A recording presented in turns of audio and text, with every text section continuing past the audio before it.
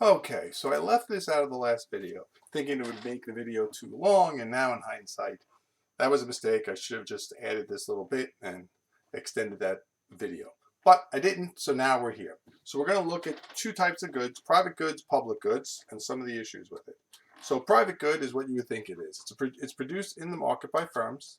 Most of the goods that we buy are private goods. Okay, they're offered for sale, and they have the following characteristics. There is rivalry, which means the consumption of the product by a buyer eliminates the possibility of consumption of that product by another person. Right? So if I buy a slice of pizza and eat it, you can't eat the same slice of pizza I'm eating. You can buy another one, not necessarily, you can't get the same one that I have. So there's the rivalry. The next characteristic is excludability, which means that the owner has the ability, or the producer has the ability to exclude a person who can't afford to pay for the good. So you go into the pizza place to order that slice of pizza. If you can't afford it, the producer gets the right to say, no, you can't have the good, right? So they can exclude people who don't have the means to buy the product. Okay, so looking at two goods: private good, which is rivalry and excludability, and then the opposite of that, which is the public good. Okay, the example of public good would be a street light, and a free good is a good with no opportunity cost. So let's look at public good for a second. Okay, so we have this dome here, right? And let's just say on this dome, let me get my little laser pointer. This dome is covering the country. It's being provided by a private company, and for $19.99 a month, you will get this dome that covers your house and protects you from any attacks, right? Even maybe a virus we could use to protect.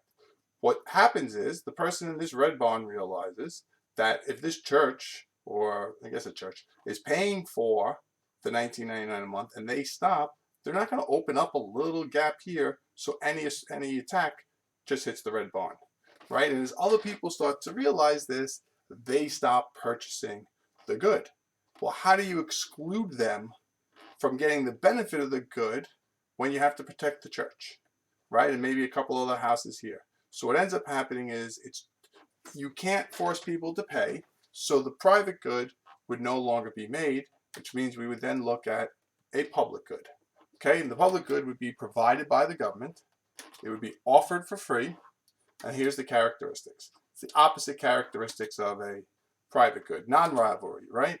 If I'm enjoying the pleasure of that dome over there, you can also enjoy it. If the street is lighting up if the street light is lighting up your block, and I come down and my car breaks down under that street light, I too can use the street light and enjoy the benefit. Okay, the non-excludability says the individuals who don't pay for it can still obtain the benefit from it, right? So I get the benefit of the street light even though I'm not paying taxes in that town. The problem is these two characteristics create a free rider problem, where once a producer provides a public good, everyone, including the non-payer, myself, can receive the benefit, right? So I am a free rider in the case of the streetlight. In terms of cost-benefit analysis, the cost of a public good is the resources diverted from private good production. And the cost is also the private goods that will now not be produced because the resources are being used for a public good. But then there are benefits. And the benefit is the extra satisfaction from the output of one more public goods. Right? So, do the benefits outweigh the cost? That is up to you to decide. Okay, but we're just going to add this little thing to the externality, just throw it on at the end, and that's it. Okay.